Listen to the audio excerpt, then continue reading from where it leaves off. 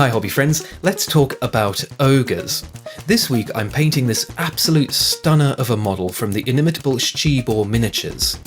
I love me some GW plastic as much as the next guy, but when something has been handcrafted in the real world from nothing but green stuff and patience, it just feels different, doesn't it? For the suspicious, Scibor is not a sponsor. This is an unsolicited love letter to the maker. I just think this insanely detailed, textured mini is worth gushing over for a second. It did come with a lovely scenic base, but I have my own designs for this chap, so I built this little world on a plinth and threw on a rough and probably too rushed lighting sketch. Okay, here is the narrative I built while putting this guy and his plinth together.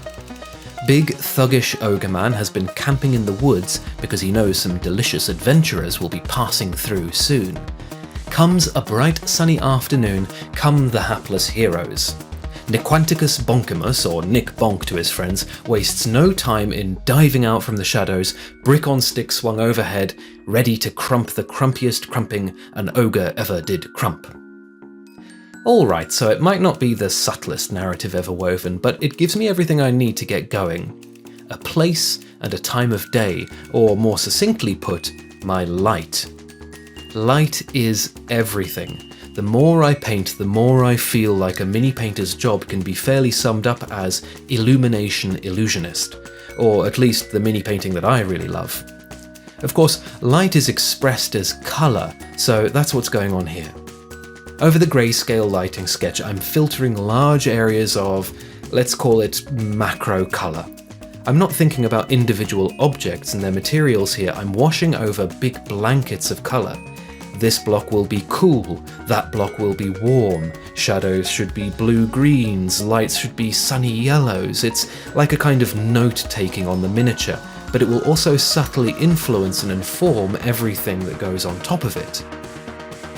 My lighting sketch was a little too geared towards black to get the full effect, but the idea here is we're looking to have some kind of colour on every surface, with little to no pure white or black anywhere. And of course, if you don't have an airbrush, you can do this with big washes instead.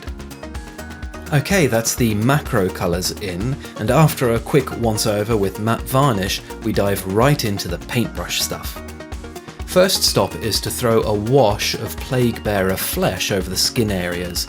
This is just to bring up the value of my darker blacks for me and provide a slightly wet base to work on with my acrylics. This whole job from here out was done with Scale Colour Artist series. These are nice, heavy-bodied acrylics with a fairly matte finish and good transparency. My initial tones for the skin here are green, brown, and a more regular, deep pinkish skin tone.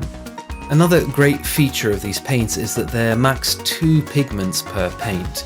This makes mixing a lot more predictable, which is vital for this sort of brain-off, go-with-the-flow sketching style.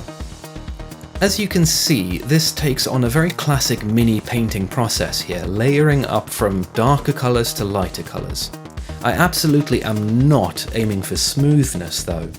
Texture is king in these lands. I'm relying on the viewer's eye to do the heavy lifting on blending, much like you'd see in an impressionist or pointillist painting. The result will hopefully be a dense, lively feel, chaotic but dramatic. It's good to think about mini painting as a collaborative art, I think. They may not be in the room with you, but you are working with the sculptor on this project. They arranged the composition, and you need to add the light. It's akin to a colorist's job in Western comic books.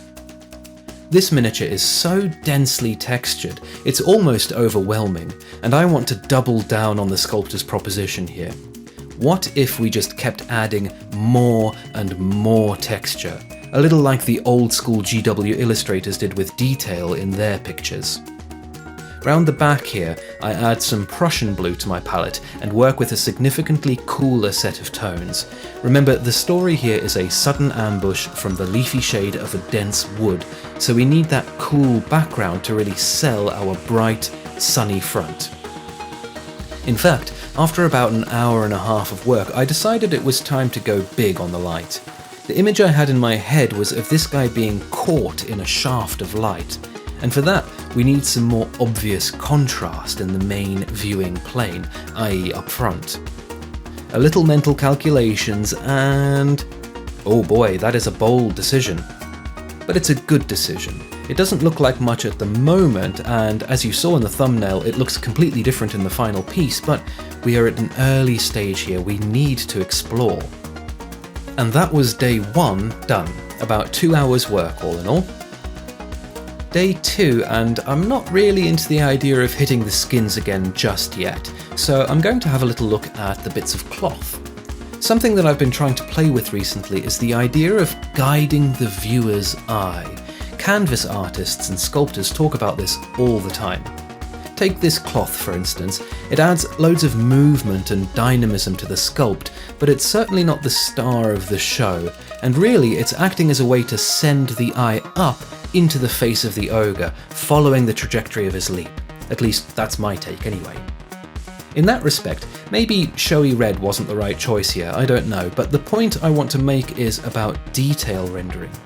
If you can sell it right, rendering less detail in some parts of the mini can really help to make sense of the form and movement of the sculpt. That doesn't necessarily mean less time or effort, however. I still have 5 colours on the palette there, and I spent time working my shadows and highlights. The first pass on the cloth is done now, and I need to add the other colour blocks to start really getting a handle on this guy. We're diving into the armour, and this is where the filth and grime really start to come in. Added to the red palette I had in place for the cloth are 2 more browns, and off we go, splodging and smudging paint all over. While my main concern here is rendering texture, I never lose sight of the lighting, trying to concentrate the brighter, more saturated tones and the detail in the areas that would catch the light. But things are a bit plain looking, so let's add some more colour.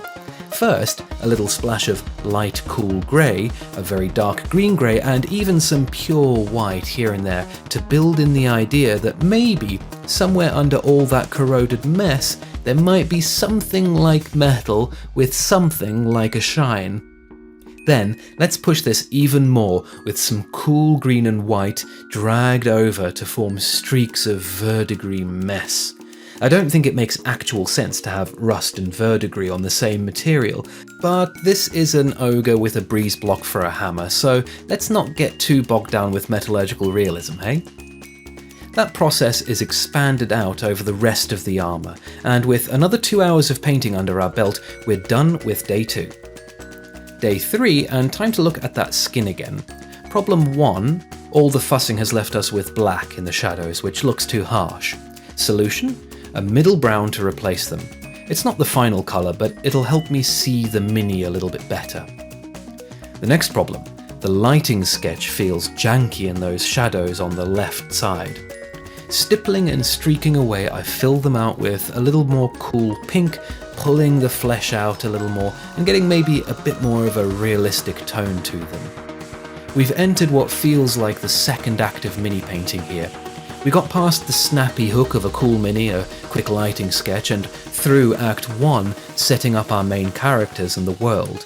Now it's time to develop, problem solve, and fall into the pitfalls and climb back out of them. In many respects, at this stage, it's your ability to see that comes to the fore, as opposed to your technical prowess or cool ideas. What does the mini look like, really, right now? How does that differ to the vague image in your head or the very unvague reference on your computer screen? Then you work out how to get there. I changed my mind on the left side lighting again, filling in some green to up the environmental information, continued to fuss and fill in details, added in some pretty pink flowers on that precarious bush in the back there, and over the course of another hour or so I got the guy to this state. But wait, this isn't it. Remember what I said about being able to see your mini? Well, I felt like after 3 days of painting I'd lost objectivity. And you know what the cure for that is? Feedback. So I snapped these pictures and posted them to various platforms for people's opinions. What do you think the overwhelming critique was? This feels like a good chance to say, by the way, that if you're into community and feedback, I run a little Discord server you can join with the link below. And if you want to support what I'm up to, check out the Patreon too. Finally, there's always that old like, sub and bell combo too that will help other mini painters find this video if you think they might like it. So, what everyone basically unanimously said was the belly pulls all the focus and we lose his face. And they were 100% correct. For a display piece like this, with basically one main viewing angle, you have to put that movement and emphasis in really strong and make sure the focus is exactly where you want it. In all my effort to get the skin right on that big old gut, I'd lost sight of the actual character. No great shakes though, with just another 30 minutes of work, amping up the oranges and yellows on the helmet and front arm with teeny tiny nicks and scratches and stipples, and glazing in some slightly muddied purple to tone down the belly and rebuild that sense of a shaft of light falling across him, we are as done as I feel like doing on this guy. So here is the actual finished piece.